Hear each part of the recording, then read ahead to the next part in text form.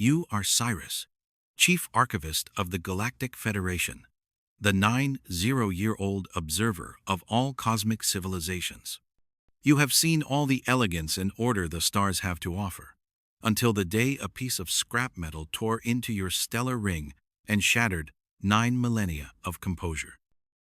You were nestled in your consciousness throne, languidly scanning the images from the stellar ring's docking bay when a grating screech clawed at your senses.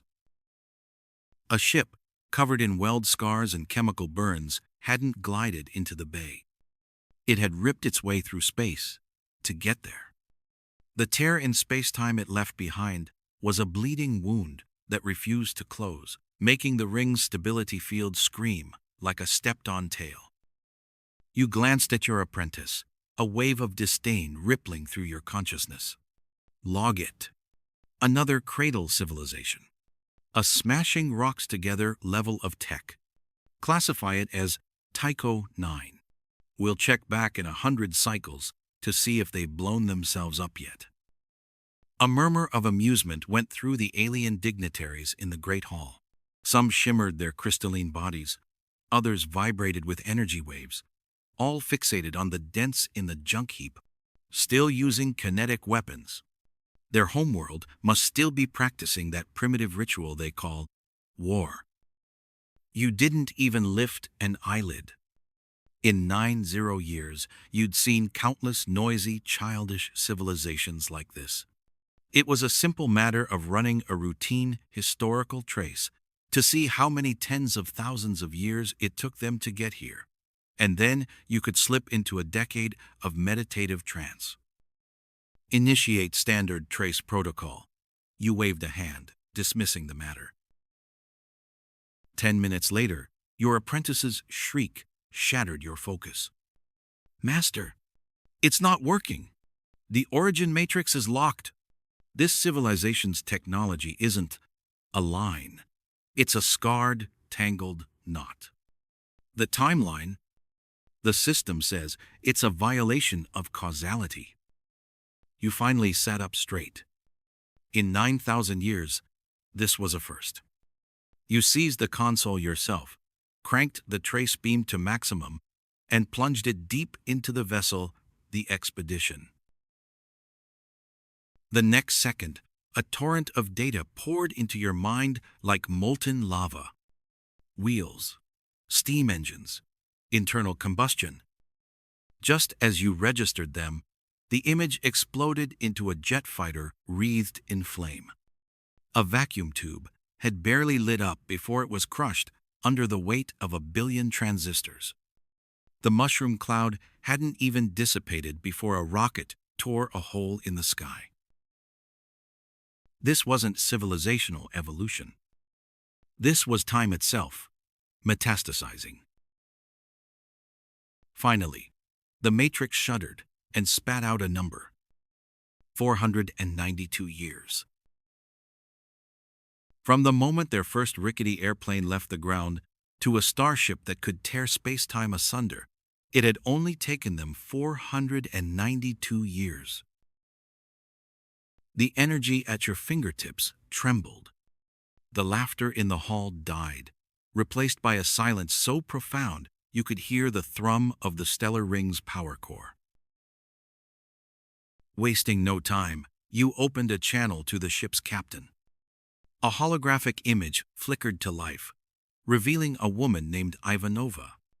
Her eyes were exhausted but held an impossible depth. Human, you began, fighting to keep the tremor out of your voice. Did you stumble upon the ruins of a god? Or are you, yourselves, a lie? She stared at you, then gave a humorless, broken smile. We didn't find any gods. We just listened. Listened to what? To the silence. She gestured to the blackness outside the viewport. When we first pointed our radio telescopes at the sky, we thought it was the Fermi paradox. The universe is so vast. Why is it so quiet? Only later did we understand. That wasn't silence. It was the sound of the entire universe holding its breath. It was the wreckage after the banquet is over. Every one of your senses went taut. She continued, and we heard an echo, hidden in the background radiation. Not a signal, but the ghost of a signal that had vanished. Every time we had a technological leap, it got a little clearer, like something was following the noise, hunting for us. So we ran, she said, her voice trembling but her jaw set. Every war, every breakthrough, was because that thing was getting closer. We're not here to explore. We're refugees. The transmission cut out. A chill bloomed from the core of your consciousness, freezing 90 years of perception solid. You barked a command: analyze that space-time rupture. When the results came back, you drew a sharp, staggering breath. The rupture was laced with traces of information decay. Not energy, not matter, but the signature of erased reality. As if something had scraped away existence itself.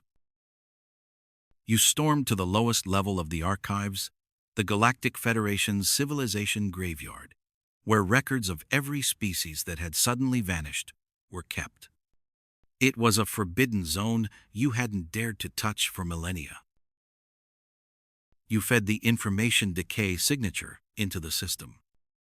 In an instant, millions of files lit up. Different galaxies, different eras, different species, all of them, immediately after reaching a technological singularity, had been wiped clean. Not even dust remained. Nothing but the same scar on reality that the human ship had left behind. The truth hit your mind like a thunderbolt.